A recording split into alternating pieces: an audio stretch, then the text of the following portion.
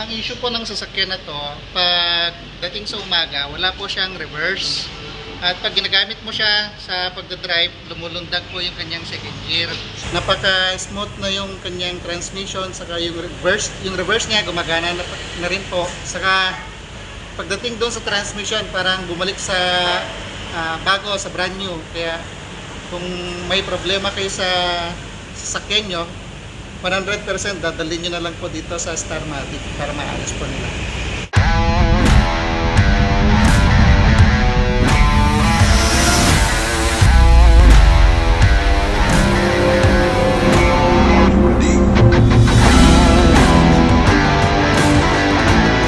Magandang araw sa ating guys.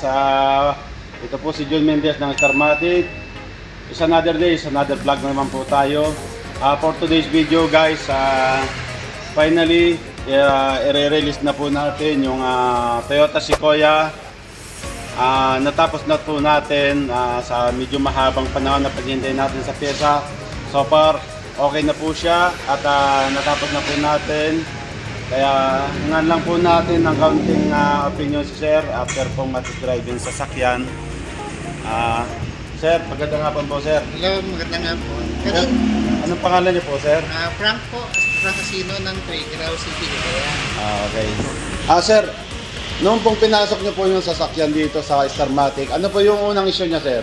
Ang issue po ng sasakyan na to, pag dating sa umaga, wala po siyang reverse. At pag ginagamit mo siya sa pagdadrive, lumulundag po yung kanyang second gear. Yun po yung naging issue ng sasakyan na to. So nawala naman yung problema niyan Sir? Kanina nung pag-test drive ko Sir, nawala na po yung problema niya. At saka naging brand new po, saka maayos po yung kanyang takbo. Wala na po yung lumulundag yung second gear. Wala na po Sir? Okay. Kanina nung tinest drive ko siya doon sa loob ng subdivision, napaka-smooth na yung kanyang transmission, saka yung reverse niya gumagana na rin po. Saka pagdating doon sa transmission, parang bumalik sa bago, sa brand new. Kaya kung may problema kayo sa sasakyan nyo, 100% dadalhin nyo na lang po dito sa Starmatic para maayos po nila. Sir, salamat Sir sa tiwala sa Starmatic. Although napakalayo po ng pinanggalingan ninyo, para po sa kalaman ng lahat guys, napakalayo po ng pinanggalingan ni Sir. So Sir, maraming pong salamat sa tiwala ninyo dahil dinayo nyo pa kami from Tuguegarao to Bulacan at nandun po yung tiwala ninyo Sir. Sir, salamat Sir.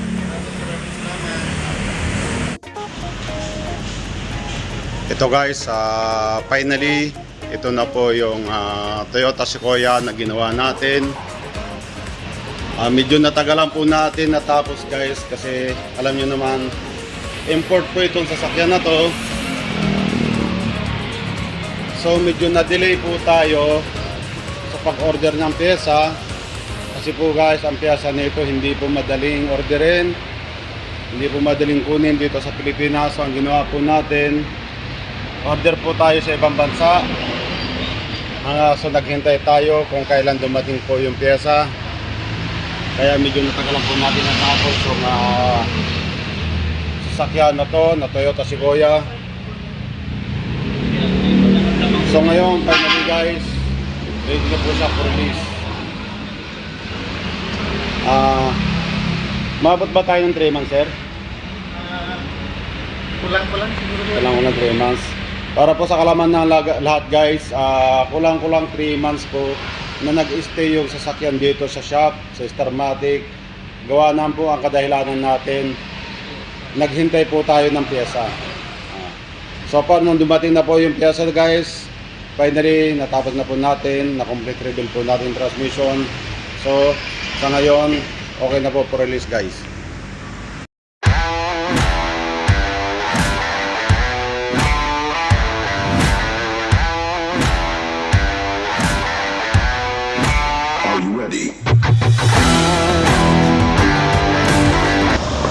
Sige sir, ingat sir.